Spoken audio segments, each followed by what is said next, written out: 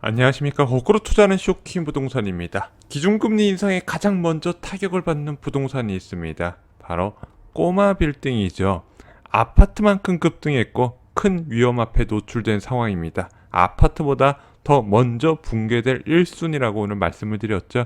영상 전에 구독과 알람 설정으로 부자 되시기 바랍니다. 기준금리 인상에 가장 민감한 부동산은 무엇일까요? 바로 수익형 부동산입니다. 예를 들어 볼게요. 정기예금 이자 수입이 한 1년에 한 2% 정도 된다고 볼게요. 자, 그러면은 당연히 수익형 부동산은 이 정기예금 이자 수입보다는 높아야겠죠. 왜?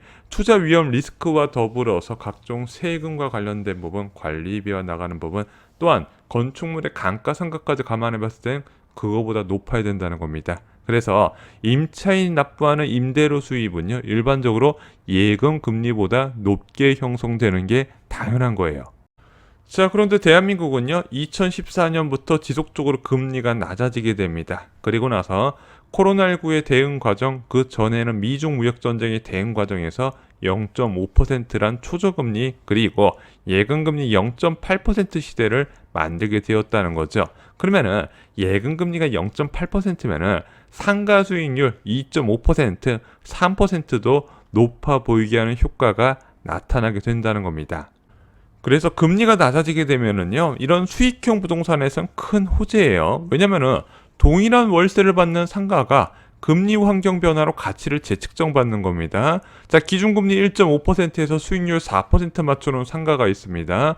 매매 가격 15억 원, 월세 500만 원 정도가 돼요. 자, 그런데 기준금리가 0.5%가 됐죠. 그러면 수익률이 3%로 낮아져도 수요자를 찾을 수가 있다는 겁니다. 그런데 수익률을 3% 맞추려고 그러면 매매 가격이 20억까지 껑충 뛰어 올라가야 돼요. 이 건물의 가치 자체는 변하지가 않았는데 이 건물을 둘러싼 금융환경 변화로 매매 가격 변화가 일어나게 되는 겁니다.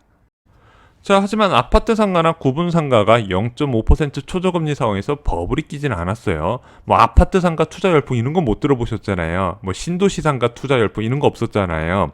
자, 왜 그러냐면은 일단 이 아파트 상가나 구분 상가 같은 작은 규모의 상가들은요, 일반적으로 영세 사업자들이 많이 들어가서 사업을 벌이는데 코로나19 방역 조치에서 피해를 많이 입었고요. 또 하나, 아파트 상가나 구분 상가는요, 기본적으로 대출이 적게 됩니다. 많아야 절반 수준밖에 안 되는 거예요. 그러면은 나머지 절반은 내가 현금을 가져와야 되잖아요. 이것이 버블이 형성될 수 없었던 조건이 되었다는 겁니다. 그런데 수익형 부동산 중에서 버블이 형성된 유일한 상품이 있어요. 바로 꼬마 빌딩입니다. 얘는 80% 수준까지 대출이 가능했던 부분이고요. 또 하나, 수요자가 좀 많이 늘어났어요. 왜냐면은 부동산 과열 시기에 주택수에 따른 규제를 강화하다 보니까 돈 많은 유주택자들이 추가로 주택 사는 게 제한됐네? 그럼 부동산 살 게 뭐가 있을까? 꼬마 빌딩밖에 없었다는 거죠. 그래서 주택을 고가에 처분한 자산가들 또는 막대한 자금을 갖고 있지만 추가로 주택 사기 어려운 자산가들이 꼬마 빌딩으로 많이 유입이 됐다는 겁니다. 근데 대출도 많이 되다 보니까 버블이 쉽게 형성이 됐다는 거예요. 자, 어느 정도 올랐을까요?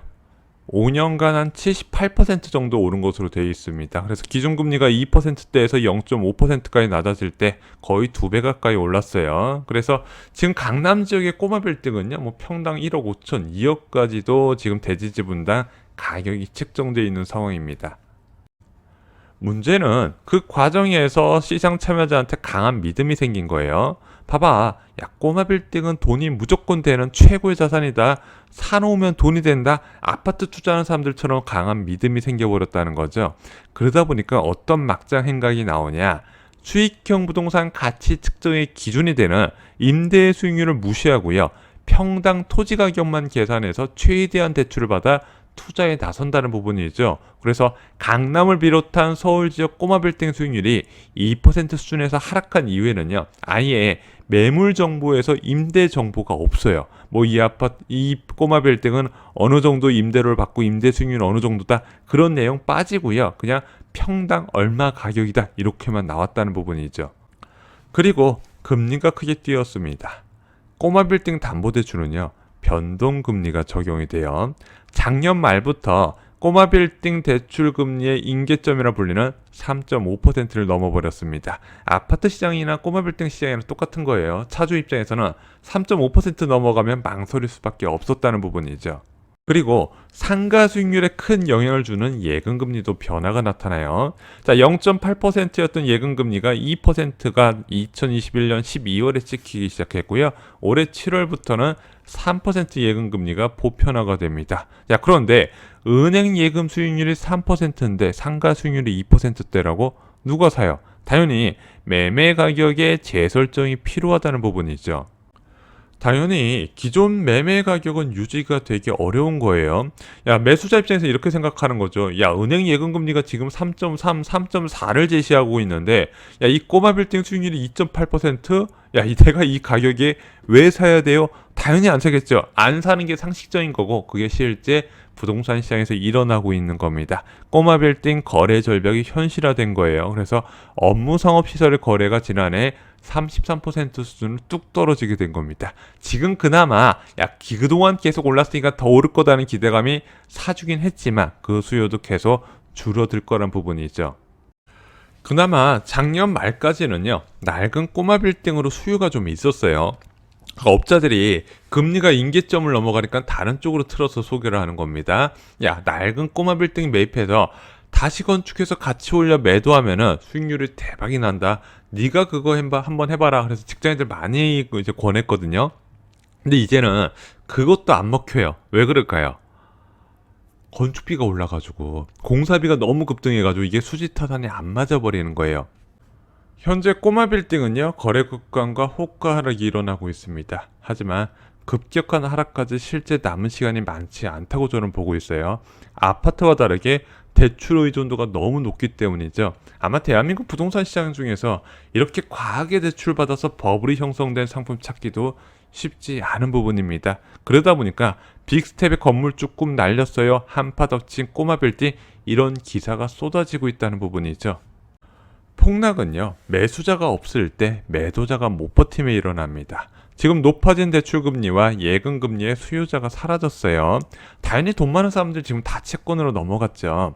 그러면은 매도자들이 중요한 거예요. 진짜 부동산 급락은 매도자한테 달려있단 말입니다. 이 매도자들이 얼마나 급한 가격이 던지느냐에 따라서 가격이 하락하는 게 결정되는데, 꼬마 빌딩은 이 매도자가 급할 확률이 굉장히 많다는 겁니다. 왜? 급등한 이자 부담에 못 버틴다는 부분이에요. 자, 워낙 장기간 낮은 수익률에도 매수자들이 많이 몰렸어요. 예를 들어 50억짜리 빌딩이 있습니다. 본인 자금 10억에다가 대출을 40억 꼈어요. 월 임대소득 1160만원, 한 2.8% 잡아보겠습니다. 이것도 꽤 높게 잡은 거예요. 자, 그럼 월 대출금이 한 833만원 나갑니다. 한 달에 한 300만원 정도 들어오죠. 실제로 이것저것 비용 나가버리면 남는 건 거의 없지만, 이 50억짜리 빌딩을 산 이유는 앞으로 더 올라갈 가능성이 있기 때문에 매수를 한 겁니다. 문제는 금리가 너무 많이 올라서 현재 4.2% 수준의 대출금리가 나오는데 이게 월 1,400만 원입니다. 월 임대소득을 초과해버렸다는 부분이죠. 만약에 여기서 공실이라도 발생한다면 월 700에서 800만 원 정도의 손실이 발생하게 됩니다. 그런데 여기서 금리가 추가로 더 올라갈 가능성이 있죠.